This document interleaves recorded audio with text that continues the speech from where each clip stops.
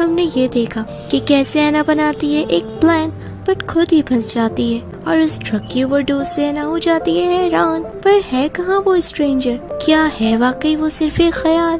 अब आगे हम ऐना को देखते हैं जो कि अपने बेड से नीचे गिर जाती है। नम आंखों से कहती है, तुम कहाँ हो स्ट्रेंजर?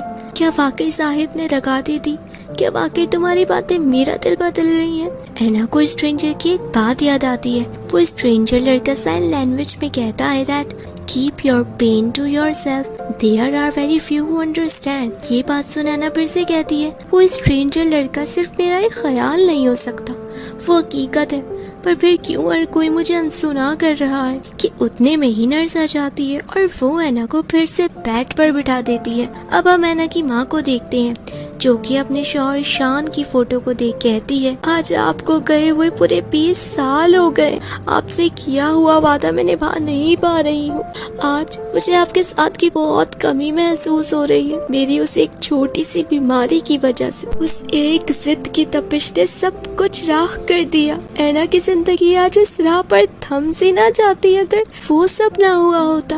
आपको वो कदम मेरी वजह से उठाना पड़ा था। ऐना ने मुझे फिर से मुस्कुराने की वजह दी थी, पर मैं क्या कर रही हूँ आज उसके साथ? उसकी ढाल बनने के बावजूद भी खुद को उसकी मुजरिम बना बैठी हूँ। जिस एक ख्वाब ने मेरी जिंदगी खुशियों और रंगों से भर दी थी, कहीं वो एक भयानक सच ऐना की जिंदगी बेरंग ना कर दे।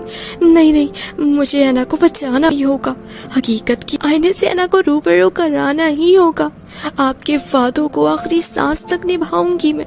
अब ऐना की माँ मरियम कुछ लेकर वापस आती है हॉस्पिटल। अब हम देखते हैं ऐना को एक स्पेशल रूम में ले जाया जाता है जहाँ ऐना, उसकी माँ मरियम और उसका डॉक्टर नाज मौजूद होते हैं। यहाँ डॉक्टर दोनों को बताते हैं कि हम इस रूम में एक ऐसा अमल करने वाले हैं जिसे ECT कहते हैं, मींस इलेक्ट्रोकन्वल्सिव थेरेपी, जो कि ट्रीट करेगा सीवियर डिप्रेशन जो कि अब तक मेडिकेशन से ट्रीट नहीं हो पाया, और साथ कैटाटोनिया मींस थेरेपी से मूवमेंट के भी चांस बढ़ जाएंगे। है ना, ये बात सुन काफी मुतमईन दिखाई देती है, पर मरियम के चेहरे पर एक अजीब सा खौफ दिखाई देता है। वो डॉक्टर से रिक्वेस्ट करती है, एक चीज मुझे ऐना को देनी है। डॉक्टर कहता है, हाँ जरूर दें आप, अब मैं इतना भी बेरहम नहीं, और मुस्कुराता हुआ बाहर आ जाता है और ऐना की माँ उसे एक छोटी सी बॉटल देती है। जब ऐना अपनी माँ से पूछती है कि आखिर इसमें क्या है माँ, तो माँ बताती है ये तुम्हारे बाबा का फेवरेट वेपन था हर बैड सिचुएशन से डील करने का।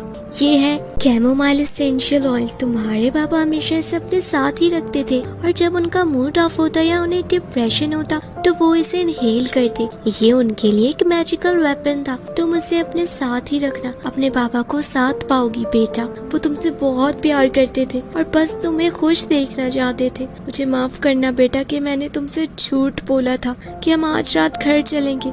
ऐना अपनी माँ के आंसू पोंछ कहती है, माँ अगर तुम्हारी खुशी इसी में है तो मैं इस थेरेपी के लिए तैयार हूँ। ऐना की माँ उसे गले लगा कर कहती है, हालात जैसे भी हो जाए पर अपनी माँ को कभी गलत मत समझना, जो भी किया तुम्हारी भलाई के खातिर ही किया। अब वहीं डॉक्टर नाज आ जाते हैं और ऐना की माँ को बाहर जाना पड़ता है। ऐना जहाँ मुतमईन है वहीं वो थोड़ी टेंस भी होने लगती है और डॉक्टर से पूछती है, डॉक्टर क्या इस थेरेपी के साइड इफेक्ट्स भी हैं?